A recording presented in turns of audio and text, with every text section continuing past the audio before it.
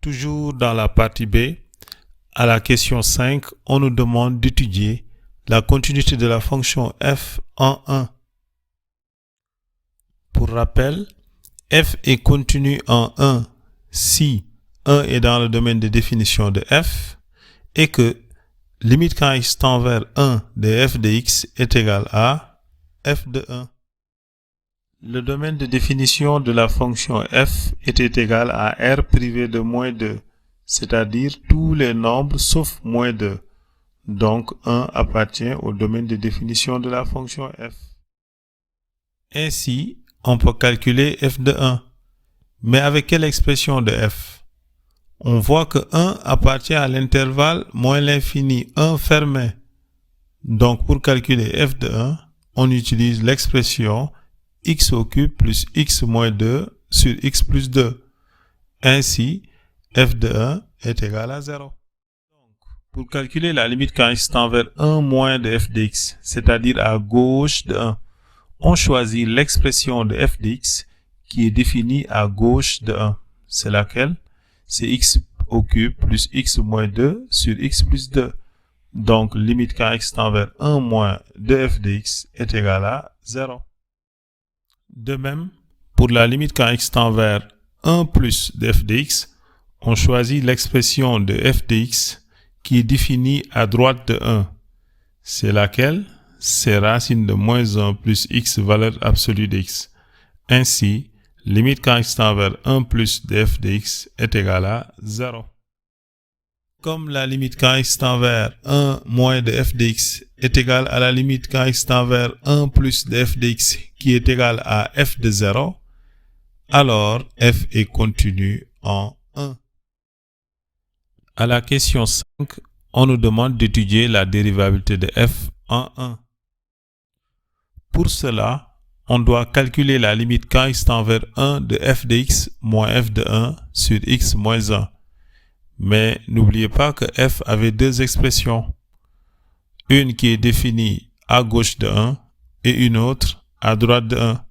Donc, il nous faut calculer la limite quand x tend vers 1 moins, c'est-à-dire à gauche de 1, et la limite quand x tend vers 1 plus, c'est-à-dire à droite de 1.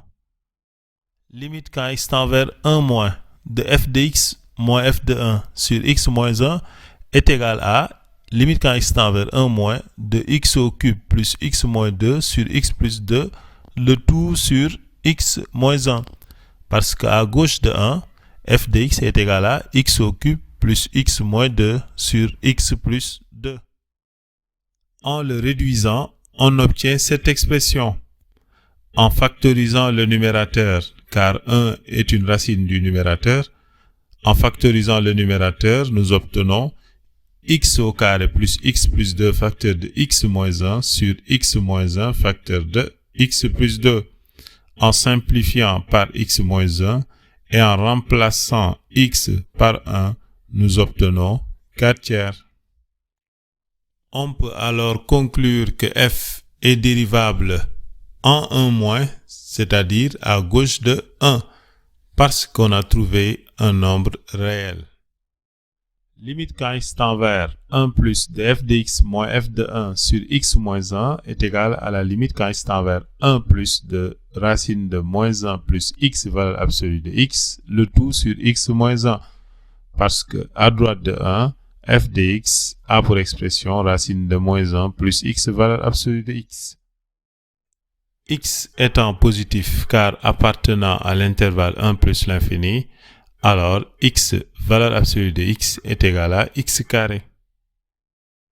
En multipliant le numérateur et le dénominateur par l'expression racine de moins 1 plus x carré, nous obtenons racine de moins 1 plus x carré le tout au carré sur x moins 1 facteur de racine de moins 1 plus x carré, qui est égal à moins 1 plus x carré sur x moins 1 facteur de racine de moins 1 plus x carré. Factorisons le numérateur. Nous obtenons limite quand x tend vers 1 plus de x moins 1 facteur de x plus 1, le tout sur x moins 1 facteur de racine de moins 1 plus x carré. En simplifiant les x moins 1, nous obtenons x plus 1 sur racine de moins 1 plus x carré. Limite quand x tend vers 1 plus du numérateur x plus 2 est égal à 2. Limite quand x tend vers 1 plus du dénominateur racine de moins 1 plus x carré est égal à 0, 0 plus, car racine de moins 1 plus x carré est toujours supérieure ou égale à 0. Ainsi, la limite quand x tend vers 1 plus de f de x moins f de 1 sur x moins 1 est égal à 1 est égal à plus l'infini, car 2 sur 0 plus, c'est plus l'infini. On peut conclure alors que f n'est pas dérivable à droite de 1, c'est-à-dire en 1 plus, car nous n'avons pas trouvé un nombre réel. On peut conclure alors que f n'est pas dérivable en 1 parce qu'il n'est pas dérivable à droite de 1. Interprétons graphiquement les résultats obtenus. Limite quand x tend vers 1 moins de f de x moins f de 1 sur x moins 1 est égal à 4 tiers. Donc on peut conclure que la courbe CF de f admet à gauche du point d'abscisse 1 une demi-tangente oblique de coefficient directeur 4 tiers. Limite quand x tend vers 1 plus de f de x moins f de 1 sur x moins 1 est égal à plus l'infini. On peut alors conclure que la courbe CF de f admet à droite du point d'abscisse 1 une demi-tangente verticale.